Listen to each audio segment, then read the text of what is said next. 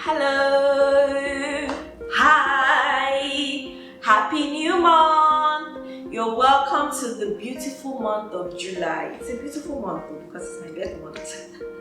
It's an amazing month. You're welcome to this month of July, and I will see you shortly.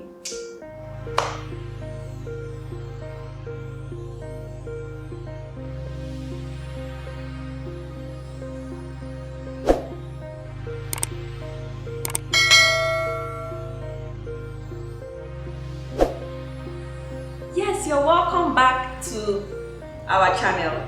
As you know, old subscribers, if you're new subscriber, welcome to our channel. This is our channel. This channel will talk about different things, but currently I, Murayo Ahunaya, with you are on a journey together called the latest Nigerian mommy, let's bracket, and daddy in town, okay? Where we talk about conception, pregnancy, and delivery in Nigeria, okay? So during the course of the week, I had a question put on my Instagram and I got a bucket load of responses on the things that we are yet to discuss on this channel. So you can see that we are partnering together. And on one of those things was infertility, and I want us to take our time on it. So we're going to use the duration of this month to talk about infertility, especially in women. Now, no shades on women, because I know the society already puts enough pressure on us. But why I'm saying especially in women is because ours is a bit more complex, okay? But no shades. I'm a woman just as you, no shades at all. Okay, so let's go into the gist of it. I've had friends, not one, not two, come into my DMs and say, Morayo, I don't know, I've not gotten pregnant yet. What do you think I can do? I'm getting worried. And I'm like, you're worried about what? You just married 3 months ago. You just married 4 months ago. You just married 5 months, 6 months ago. You have nothing to be worried about, my dear. What is infertility, or when should you be worried? Infertility is an occurrence that, is said to occur if you have had 1 year, and it's even in the Bible, you've had 1 year of consistent and constant sex, and you've had no issue at all. You've not had any implantation whatsoever, talk less of miscarriage, but you've had 1 good year, or do come back of constant, consistent sex, unprotected sex. And if you've not had any issue after that, then you can now start getting worried, of which I won't even tell you to get worried, okay? So there's a question I want to ask, because I need your engagement. This channel needs your engagement. This video needs your engagement so that it can reach more people. But aside from that, I want to also know, why does the society put the blame of infertility more on the woman than it does on the man, if it does the man at all? Why do we have such double standards? And it transcends infertility. It goes even to childbirth, child rearing. For the needless effort that the man puts into any of this is praised, while it is sort of expected that the woman, does these things. Why is the society, why are we like that? And it ranges from family, both the girl's family and the in-laws. The pressure is on her. After some months, they're saying, I hope you guys are working on the baby. You don't have them asking or saying that to the man. Why do we do that? Or even in religious organizations, when we are raising prayer, we want to raise prayer that every barren woman, are they barren men? Why do we do that? Or even in medical practices, it's more, there are many stories of how there are double standards, when it comes to man and woman. When research has shown that infertility issues across board, is divided equally between the man and the woman. Yes, In a relationship, in a marriage, the fault can be 50% the man's as well as 50% the woman. Fact now, 1/3, 1/3 of infertility issues in a union, is said to be attributed to men, like known causes, men. Same thing, 1/3 attributed to women, and then the remaining 1/3 are unknown causes attributed to men and women, attributed to male and female. In this world that we are in now, men and women is something that is the lines are beginning to blur, so it's more of male and female that we use now. But you guys, we're still in Nigeria, so you get what I'm saying. Okay? So why do you think that is the case? Because it's not supposed to be. Anyways, so moving on, what are the causes of infertility? We were talking about known. What are the causes of infertility in men? Okay, generally anything that has to do with infertility, both in male and female, are attributed to their reproductive organs. In men, especially the sperm. Something is wrong with the sperm. Something is wrong, for instance, with the shape of the sperm, with the amount of sperm, that is sperm count, with the effectiveness of the sperm, how fast the sperm can swim, the strength of the sperm. If there are problems with these things, then that man will probably be infertile. Okay. Also in the female, if there are problems with the ovary, the ovaries, the egg, your ovaries, if they aren't, there's a premature failure of your ovaries, okay? If there is, if your ovaries are not, if they're not as effective as they should be, they're not producing mature egg for fertilization, then there's a problem. There's a problem with that whole reproductive organ, both in male and female. Then definitely there's a problem.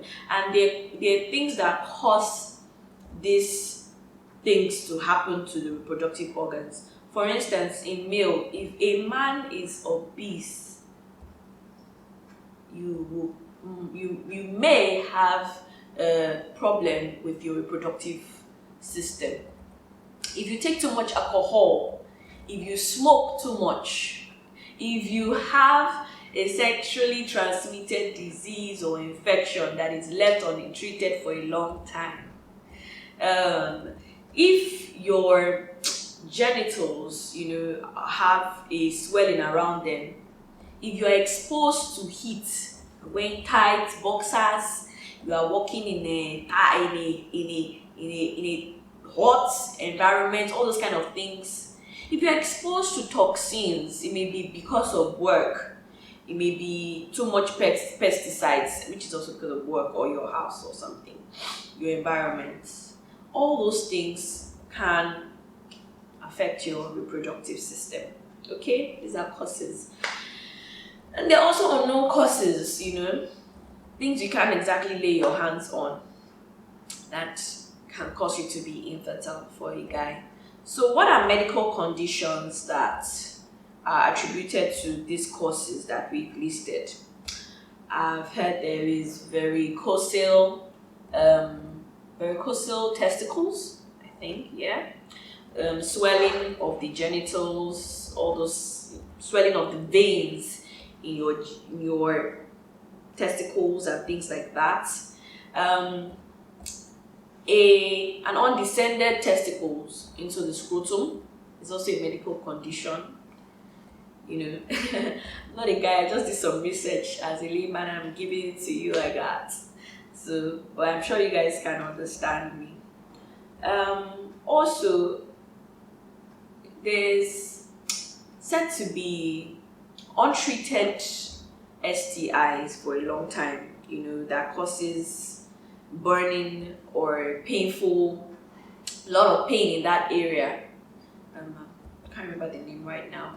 You have to see a doctor for these things. Another medical condition for men is delayed ejaculation or low sperm count, delayed ejaculation, these are medical conditions, erectile dysfunction, retrograde,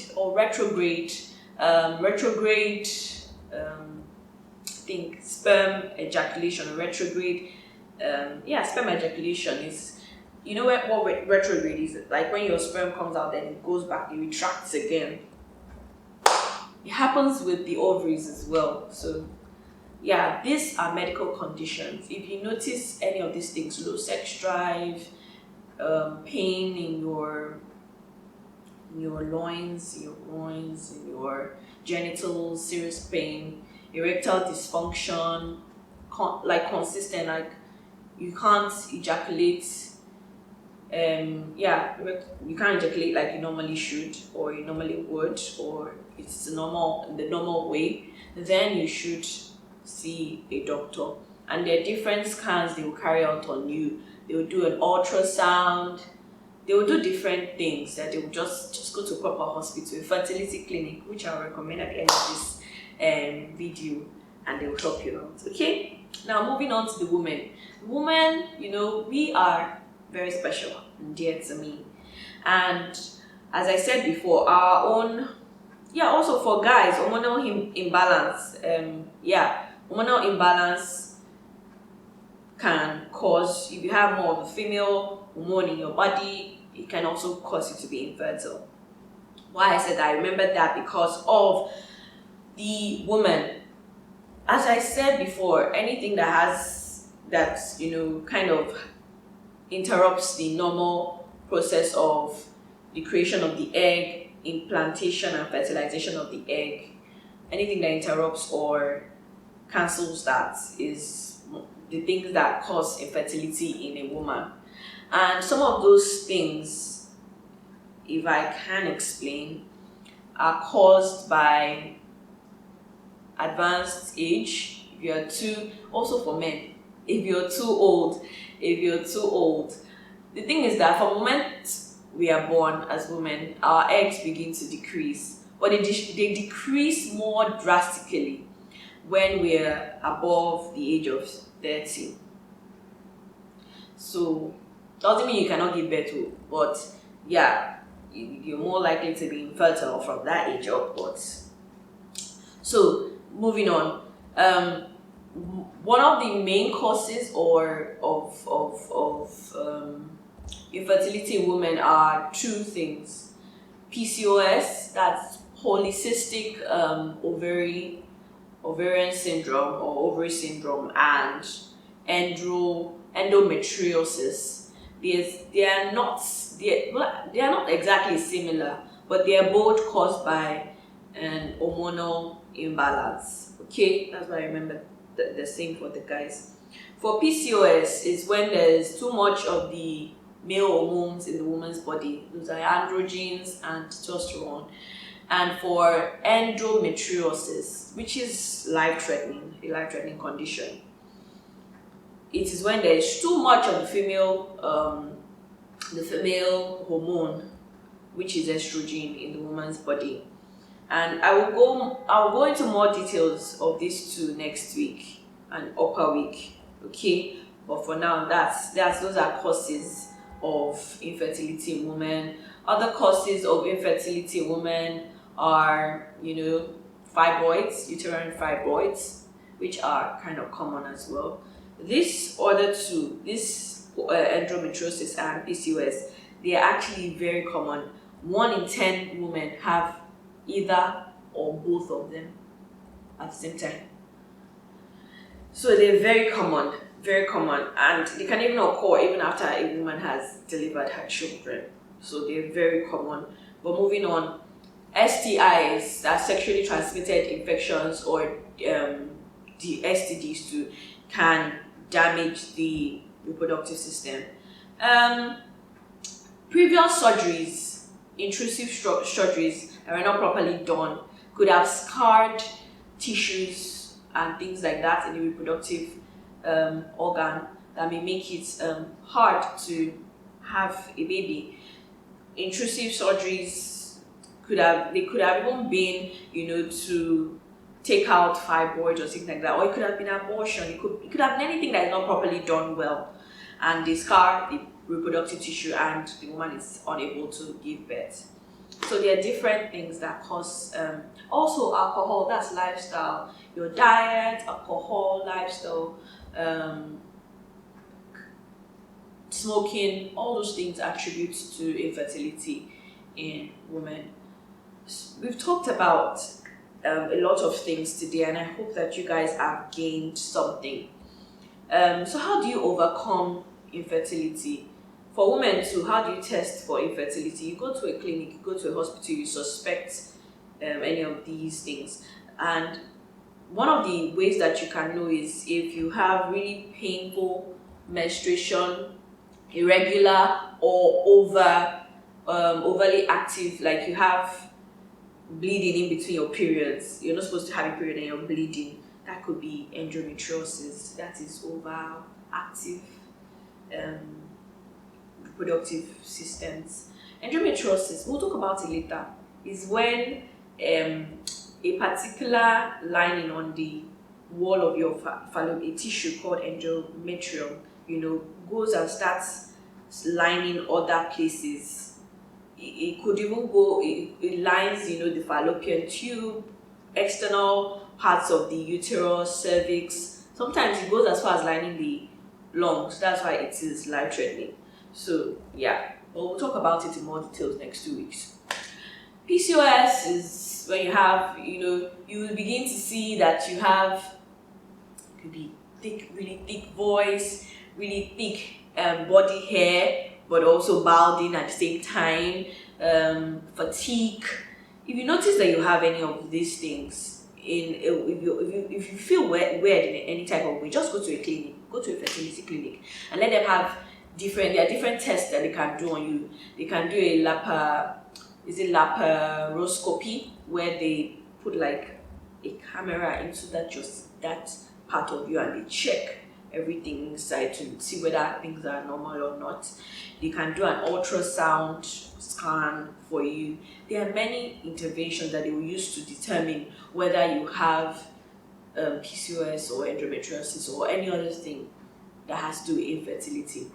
And they will prescribe what will help. Now, for those of you that yours is natural, maybe you're obese, you have some inflammations due to, like the guys, if you're exposed to heat or toxins or things like that, then you can detox, you can lose weight, you can cut off alcohol and smoking and all those things. For those of you who feel yours is natural, which I will still advise you to see a doctor. I think I've talked a lot. We have gone far in this infertility, this beginning talk. The beginning talk.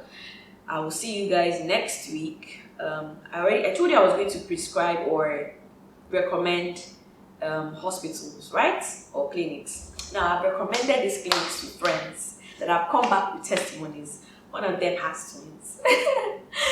And another one who I didn't even recommend, but went to one of these places, has triplets. One of those people I want to bring to this our channel at the end of the month. So let's keep our fingers crossed and pray for me that they will agree. So I've recommended these clinics to them, and they testify. Okay, so as a good girl that I am, I would also recommend, if you're in Lagos, you can visit the Bridge Clinic. They're not asking me to do this, I'm just doing it. I already put a disclaimer at the end. If you don't want to, you don't have to. There's no forcing it, it's just personal advice. And if you're in Port Harcourt, you can visit Mind Aid Clinic. Okay, so yeah, the Bridge Fertility Clinic, Mind Aid Clinic. I think I've done a good job. If you learned something, give a thumbs up, like this video, share this video, and I'll see you next week and next 2 weeks where we talk more in detail about PCOS and endometriosis. I love you guys. I wish you a fabulous new month. Bye.